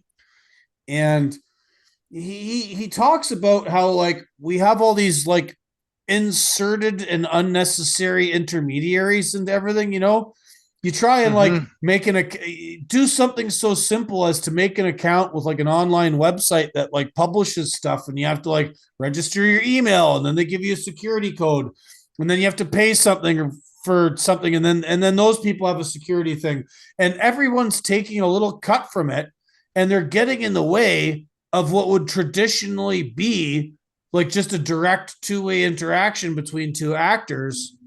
And the freight brokers, God bless them. Like, my uncle Chris started a freight brokerage, and there's room for middlemen that have information about things going on in the market to make things happen and connect people. But it's gone way overboard. And I think part of it is because, like, oh man, I could go on a huge different tangent here, but like, nobody actually wants to do anything. Like, working is hard, right? Being a truck driver is hard. Doing work is hard. Being a third-party intermediary is not. And one of the observations I made at the Mid-America Truck Show was I'd never been to Matt's before, but there's just all these people offering services. We're going to help you do this. Yeah. We're going to help you do that. 25, 30 fucking years ago, none of this stuff existed, and we still managed to get things moved. Truckers still managed to like go and do the material work, picking up loads at point A and delivering them to point B, or point B to Z if it was a multi-dropper, whatever. We got it done. But in this new weird like techno dystopia we live in, everyone's trying to insert themselves into the connections between two material reality actors, and then they say they're providing some value and helping you in it, but I don't think that's true. I think like if you're just able to like have a negotiated regular relationship, and are also competent enough to deal with stuff on your own, you don't need any of this garbage. And a lot of it, it's sort of, it becomes kind of exponential in a way. Like one new tech fix or tech service begets another one, and then you have these clowns calling you at 3 o'clock in the morning. It's like, in all of my trucking career, and again, I haven't been around the business as long as you have, Paul. Like, I've only been on the road for 26 years, but I think in 26 years, I only ever dealt with a freight broker directly calling me, asking me how I was doing or what was going on. I could count on both my hands, less than 10 times ever. Right. And now, like, I haven't been involved in OTR for a few years because, like, I'm working local and I got a family, and I've also learned the hard way that hauling freight is a mug's game and nobody should do it. But, like, these fucking people calling you at 3 in the morning are like, oh, we need to know where it is. No, you don't. I picked it up. This was the agreed delivery date. It will get there. When I call you from the delivery point, you'll know. Like, why do we have to have all this? Why do we have to, like, pretend that truckers are children and need to be monitored like this, not just by the government, but by all these friggin' freight brokers? And the freight brokers beget more freight brokers. We have this huge problem in trucking now with, like, double and triple brokering. And a lot of those double brokers aren't even in the United States. A lot of them are in Eastern Europe or Pakistan, or dispatch services based in Colombia or the Philippines. All of this, like, value generated by your work, you, Paul, picking up a load for a customer, you're hauling yogurt and a reefer from A to B. And now, for many companies and drivers in America, the value imbued in the movement of that load, a portion of it's being, like, sucked off the top by these idiots in Slovakia or Bulgaria or Armenia or Pakistan or Colombia. And what have those people done? They've done nothing. They've handled the emails and the phone calls involved with arranging getting the truck to go pick up the load. Then they extract a percentage of value, and then they believe they have the right to call you and treat you like a child. I'm sorry. Go fuck yourselves, all of you. Get lost. 30 years ago, none of you people were a thing. And the trucking industry 30 years ago, despite whatever problems it may have had, and it always has problems, still functioned, and the grocery stores still got their food, and the gas stations still got their gasoline and their diesel, and the economy still functioned. All of this fluff on the top is extracting value from the people that work and make this country happen and delivering it to a bunch of gangsters that don't even live in the United States or Canada anymore. And to all of them, I say, go fuck yourselves. Pardon my French, but I'm not taking this anymore. And the fact some clown called you at 3 in the morning, that's extremely offensive to me. Well, I mean, I hear your passion and I appreciate it. But I think you've touched on some things where you have this, when you talk about this techno dystopia, where it's almost, I call it the technocratic takeover of trucking, where, okay, if you don't get with the program on the app, then the norms of regular courtesy are off the table. And again, I was not even certain that was their app that was sent to me, because it was not identified as such. So you do have this.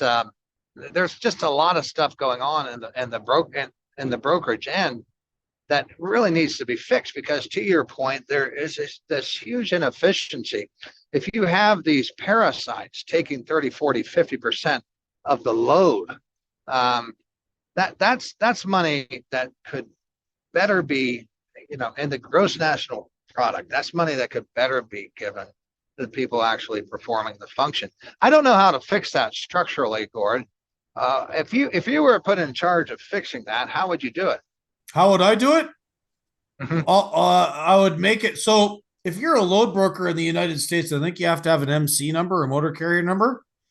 Part of the process for registering that motor carrier number would be that all of your office space, such as you might have some, and all of your employees and all of your operations must be physically located in the United States. Yes. I mean, if I was the real Grand Poobah, you would not be allowed to get a license to be a truck freight broker if you had not actually driven the truck yourself. I mean, Hmm. because you have no idea of what it's like to be out on the road. One of the trucking company I started working for when I was a kid, and they're still in business, and my dad works for them, and they're awesome. And I'm going to give them a shout out here. Earl Paddock Transport in Stony Creek, Ontario. Great They're company. Yeah, they're a great company. They're the gold standard. Every person in that office, when I worked there, I mean, it might have changed now. I haven't been there in a little while. He's now since passed, but their local dispatcher, this guy named Hank Vandersheer, he was on the road for 30 years. The guy that does all their permits and coordinates all their oversized moves, Jim Bailey, on the road for 30 years. Gene Champagne deals with all the brokers and does a lot of the dispatch. He was a local driver. Scott Paddock, been there since he was a baby. His brother, Mac Paddock, they all drove. Mac used to go back and forth to Indiana all the time. Scott's been everywhere. Every guy in that office was on the road and knows what it's like to be a trucker. In my world, in my perfect world, that's going to help fix the trucking industry. If you are in the management side of it, if you're hustling freight, if you're a broker, if you're whatever in the supply chain, you do not get a seat in the connections above the trucking unless you started in trucking and have some understanding of how it works provided to you by actually doing it. Sorry, freight bros. Sorry, freight nerds. Sorry, all of you. If you haven't actually driven a truck and don't have a CDL, you're gone. You don't even exist. That's how I would fix it. I everything you're saying, it resonates with me. The best dispatchers in my trucking career were truckers who got DUIs and had to come off the road. And I'm not That's awesome.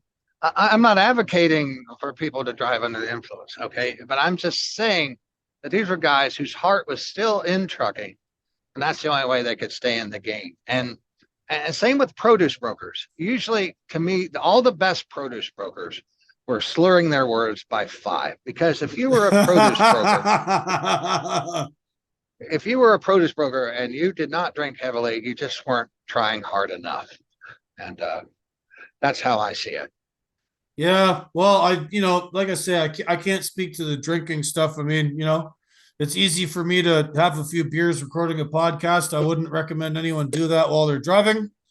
No, absolutely not, and nor are we. Oh, mind you, when I was in Australia, I mean, the Australians don't like me to talk about this, maybe because they're afraid they'll crack down. But all the outback guys working in the desert, or if you're in Western Australia, the Northern Territory, pubs and roadhouses are few and far between, especially if you're doing dirt track work, hauling cows between stations, or fuel out to a mine site. And you got to park in the middle of the desert. A lot of them guys carry a little barbecue or a Dutch oven and cook their own food on the side of the road. Well, you a case of beer under the bunk, you put a couple of beers in the fridge in the truck, and when you're done for the day, you have a couple of beers. What's wrong with that? At the end of the day, of course. Yeah. Well, I agree. When I first started driving, it was still legal to drink and drive in Texas. You could have an open container in Texas, and Builders Transport had bought out this Texas-based carrier. I think the name was J-Lines.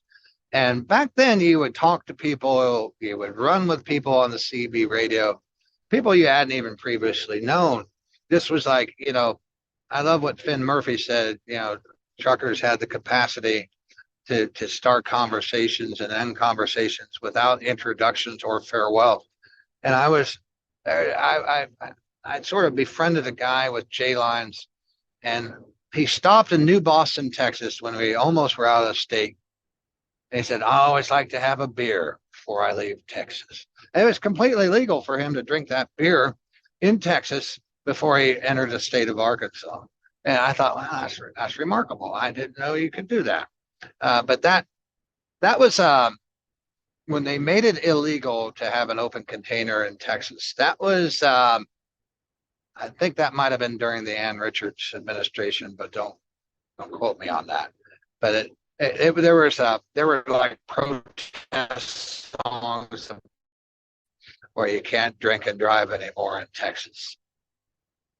Still with me, Gordon?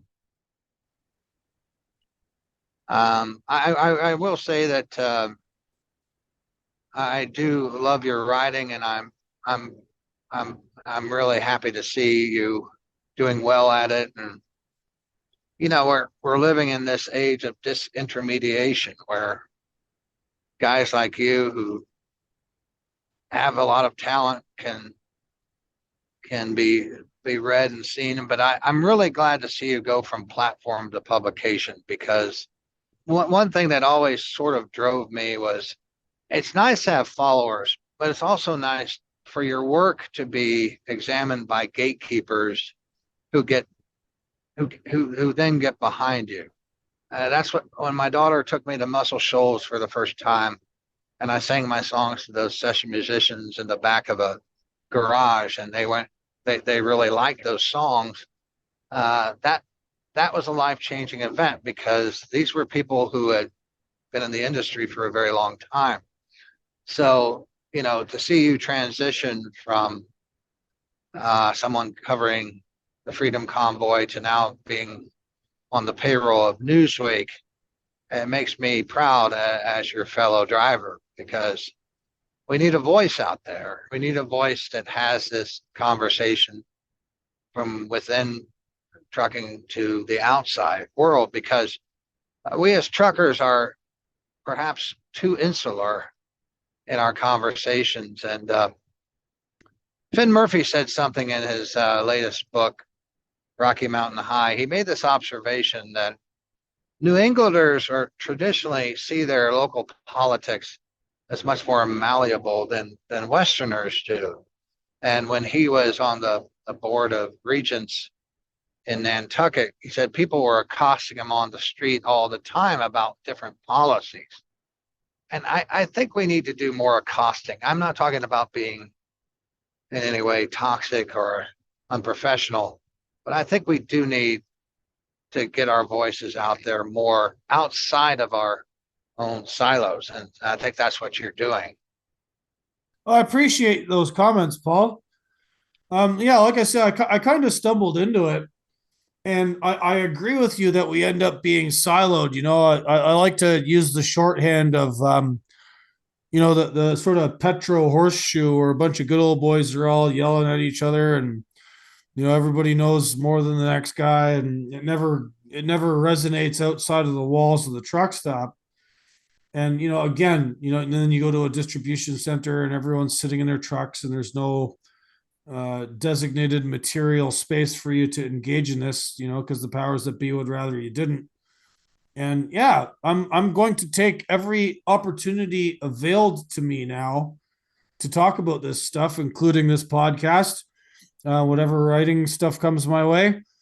A little side tangent on that. I think it's hilarious and darkly humorous or ironic. I'm not sure if what word is correct, that many members of my family and people I knew when I was younger encouraged me to write many, many years ago, and I never really took them up on it. I was just too busy trucking, and maybe it was the wrong time in my life.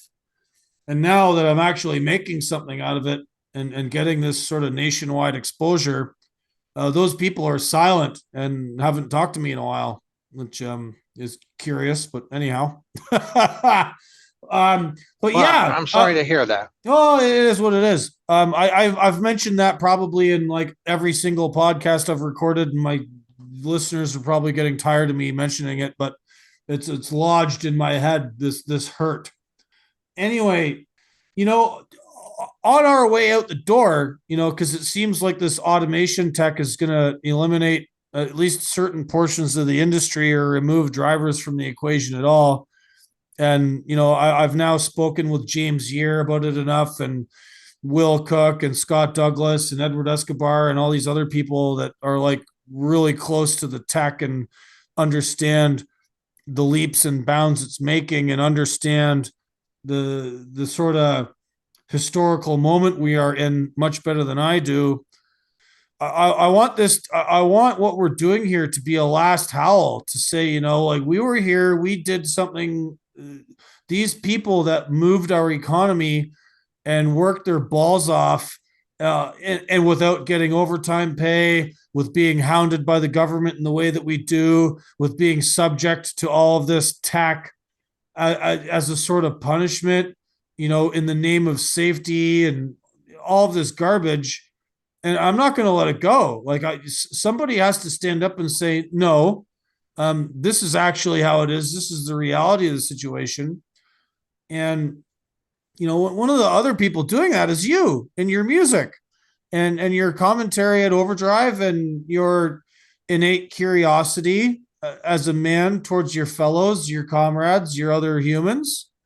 And I want to honor that and say thank you for coming on my show to tell me and my listeners a little bit about it. Because it's not just me, man. It's you and a number of other people. I think you're doing a great job. I appreciate the nice words. And there is this, I don't know how to say it, but it's like a standard narrative that a lot of people adopt. And then, I mean, I was always drawn to like the outsider voice. In other words, somebody that's talking about things that not everybody else is talking about, because we're almost algorithmically shunted and herded into having these certain subjects on the mind. And so when somebody like yourself begins talking about some of the things we've talked about today, that's fresh, that's interesting. And this is why I'm so grateful to Todd Dills for bringing me on, because there's this expression in trucking media called evergreen topics, and evergreen topics are, they're fodder for stories. So, but it's the same umbrage loop, it's the same grievance loop. It can be. And so what we try to do is we try to focus on, characters, individuals, and how things resonate with their lives. And that's the micro macro dance that we try to do. And so I'm grateful for Todd Dills for letting me have a voice there at Overdrive. And I'm glad that you've made contributions to Overdrive as well. Thanks for interviewing me for it. And maybe Todd will take this podcast and throw it into their own one. I know he did he took segments of the interview I did with Chase Barber. Speaking of Mr. Barber, I'm going to be speaking to him here in another half an hour. I'm going to get some updates on Edison Motors and his project of building diesel electric hybrid logging trucks. He's up next after Long Haul Paul. It's busy day over here at Voice of Gord Studios. Well, I better let you reset then, and I better let you get to that. I did love the Chase Barber interview, and what a brilliant guy. And we need more Chase Barbers out there. Yeah, hell yeah. Where are you off to next, Paul? What's your next destination? I'm empty. I'm going home to Maria Stein, to the terminal in Maria Stein, Ohio. I'm going to take a quick break. I'll be back at it Monday, just working from Monday till Wednesday. But Denise and I will be going to the large car magazine truck show in Rafine, Virginia, at the Petro, what they call the Southern Classic. I'll be opening for Tony Justice there. We'll be swapping some stories and chasing some stories, and that really is the real payoff for me. Is right now I'm co-writing a song with an old truck driver who's dying, and I don't know. Maybe my songs are too mournful and too fixated on death. Maybe they are, but it's like that terminally ill wisdom. You can't beat it. And I'm not trying to be flippant about that. This guy's got a lot of clarity in his life right now. So we're doing the interactive songwriting model with that. I'm pretty excited about how this song is progressing. But it is all about the story. That's the chief. That's my agenda. My agenda is the story. Good. Well, I wish you nothing but smooth sailing and happy trails getting home to Denise and then off to this truck show. I wonder if I should edit your show here real quick and bump it to the front of the line so you have something to hand out to folks. Oh, oh, that's okay. They've promoted it pretty well. You don't strain yourself like that because I know it's hard work. Doing what you're doing is not easy. I've never had my own podcast. I've always submitted every all my recordings to an editor who then No, added I value. do everything in house here. All the research, all the editing. So if Wow. I let's say my podcasts usually run between an hour and 15 and an hour and 30 minutes per guest. So there's that. There's 90 minutes. Then there's 2 to 2.5 hours to edit it, clean up the sound. I never edit for content. I only just like take out, you know, weirdness that nobody needs to hear, bad sound, bad recording, whatever. And then marketing it, uploading everything, coming up with blurbs, searching all the links, photos. If it's somebody that I don't know, I try and read up on them before they come on the show. Typically, I don't bring on people I don't know, but occasionally I get suggestions for stuff and I have to do some homework. But, typically 4 or 5 hours a show. If it's a longer one, all the editing and stuff, it can be up to 8. And I don't charge. This is free. This is a gift for my fellow truck drivers, for guys like you. I don't. It's a labor of love. Well, I haven't listened to all the episodes, but I recently listened to Belzer. That was a great interview. That week you put out 5. I think I listened to 2 of those because I got stuff going on. But I do enjoy your interviews, and I do like the long form stuff because I think the long form interview is almost like the antithesis of what cable news has done to human interaction. I mean, these long and cordial interviews. I mean, it doesn't mean we have to agree with each other on everything, but Joe Rogan, I don't know if he pioneered that, but he definitely seems to be the front runner in that. And I'm glad you're doing these long form interviews because I think people want in-depth conversations about stuff. Right. And I mean, truckers have all the time in the world to listen. So somehow I have to like tweak my marketing to get to more of them, but you're a good start, Paul. And thank you so much for coming on. How can people find you on the internet? Where is your music? Fill my listeners in on tracking you down if they don't follow you already. Yeah, just Google or search on your search engine of choice, Long Haul Paul Music, and you'll find me there. On YouTube, we do have a little website, sell a few albums, a few stickers, and try to keep people updated on tours, mostly through Facebook. I'm going to have to get a better website going. We have to have somebody else update our website.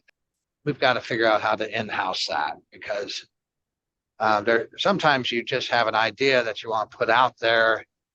I've got to learn how to run my own website, and there are new websites that are more user friendly than ever. So working on that. Well, hey, Paul, thanks again for coming on, sir. I will experiment with somehow ripping some of your music and maybe bookending the show with some good long haul Paul tunes. I quite enjoyed He Kept His Reefer in His Reefer, which is one of your more light-hearted and entertaining tracks. Yeah, the comedic tracks seem to go over really well live.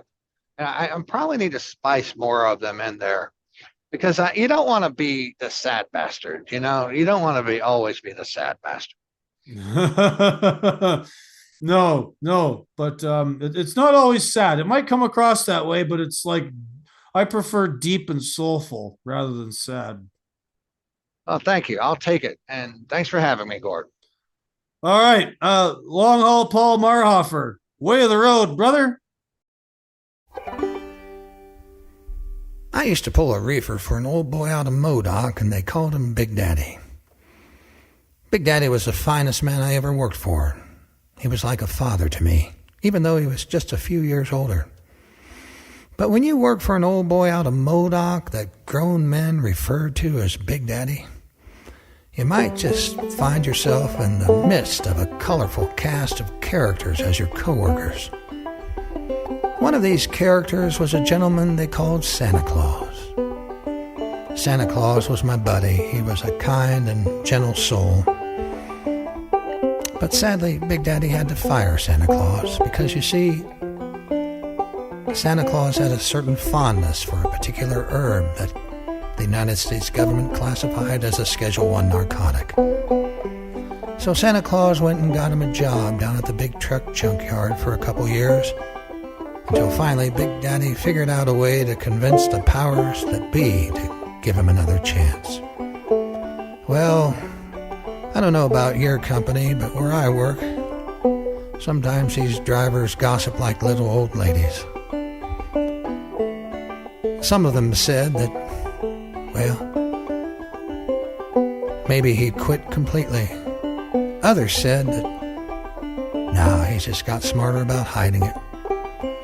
Well, the matter was settled one night when, about 2 a.m, Santa Claus was fumbling with something behind the door of his reefer unit, and one of those ornery young bucks walked up on him and said, "What are you doing up there?"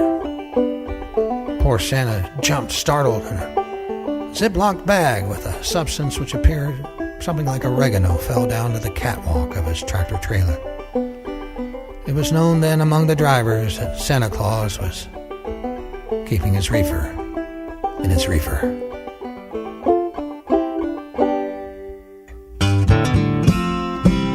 He kept his reefer in his reefer,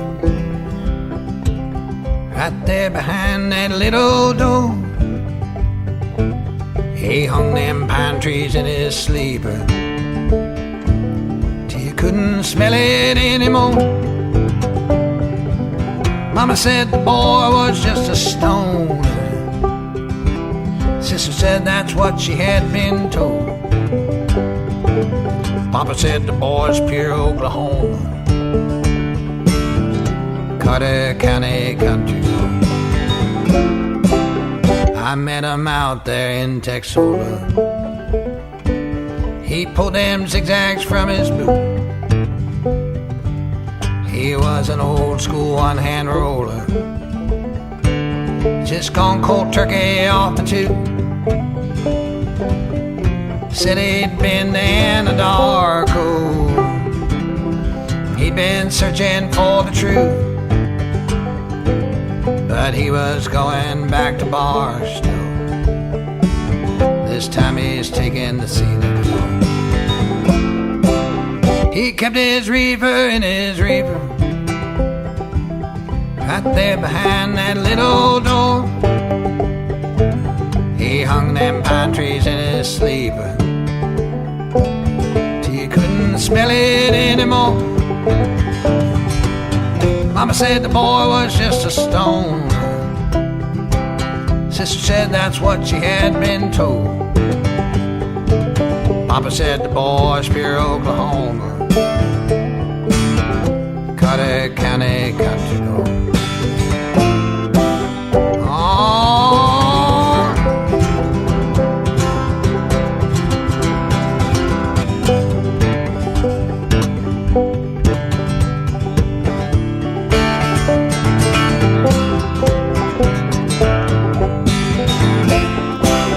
Last time I'd seen him was in Biloxi.